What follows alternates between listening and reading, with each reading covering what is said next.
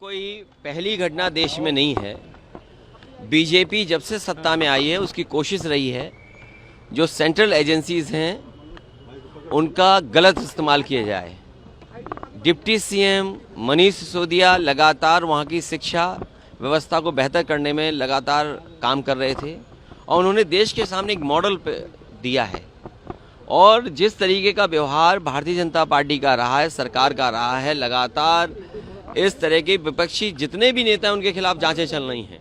जितनी भी संस्थाएं, चाहे इनकम टैक्स हो, चाहे ईडी हो, सीबीआई हो, ये लगाई जा रही हैं जिससे कि आने वाले लोकसभा चुनाव को प्रभावित कर सकें। जनता ये देख रही है क्योंकि बेरोजगारी का इनके पास जवाब नहीं है, महंगाई का जवाब नहीं है और जिस तरीके से देश की संपत्तियां बेची जा रही हैं उसका जवाब नहीं है। आप उत्तर प्रदेश देख लीजिए, यहाँ की गवर्नर उनकी स्पीच में 4% है अनएम्प्लॉयमेंट रेट।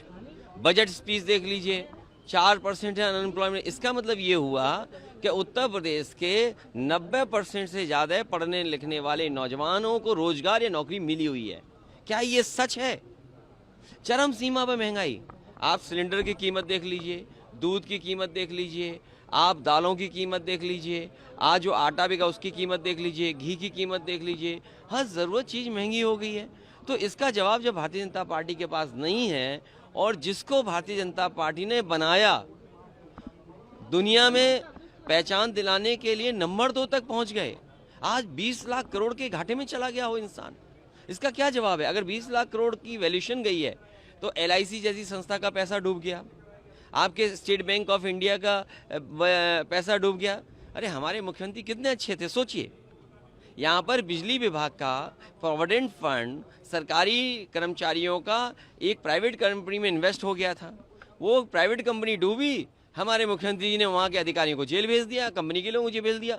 कम से कम दिल्ली की सरकार को हमारे मुख्यमंत्री जी का काम करने का तरीका सीखना चाहिए। अगर LIC और SBI ने पैसा किसी प्राइवेट कंपनी में लगाया है तो उनके खिलाफ अधिकारियों की जांच करना चाहिए, उन्हें जेल भेज देना चाहिए। जेल वो नहीं जा रहे हैं, जेल वो जा रहे हैं जो सुधार कर रहे हैं।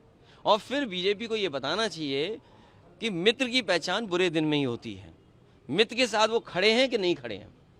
ये मायावती जी ने ऐसे कि प्रोटेक्ट हैं और हम तब तक अतीक अहमद की बात को मेरे पत्रकार साथियों, ये बात आप समझना कौन कौन मिला हुआ है।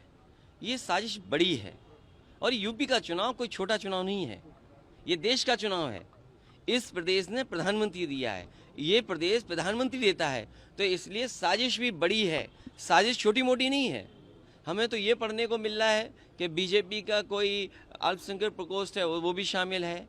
और किस किस दल में आए, किस किस दल से संबंध हैं, आप जानकारी करिए। जब उत्तर प्रदेश में एक बाई इलेक्शन था जिसका नाम लिया जा रहा है, उसके भाई को पुलिस कहाँ पर बैठाई हुई थी, बनारस में।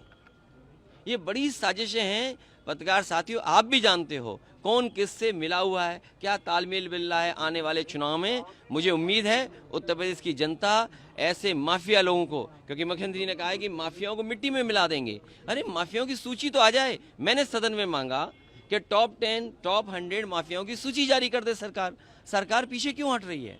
सरकार सूची जारी करे 100 माफियाओं की या 10 माफियाओं की। टॉप 10 माफिया, टॉप 100 माफियाओं की सूची जारी भारतीय जनता पार्टी को करना चाहिए। सुरक्षा मांगने के लिए सरकार से सुरक्षा देनी चाहिए सरकार को। और अगर कोई गनर लेकर के किसी की जान चली जाए तो सोचो कितनी बड़ी सुरक्षा और चाहिए होगी। गनर हो किसी के पास, 2 गनर हो, उसके बाद जान चली जाए, अधिवक्ता हो, तो सोचिए सुरक्षा की कितनी जरूरत है।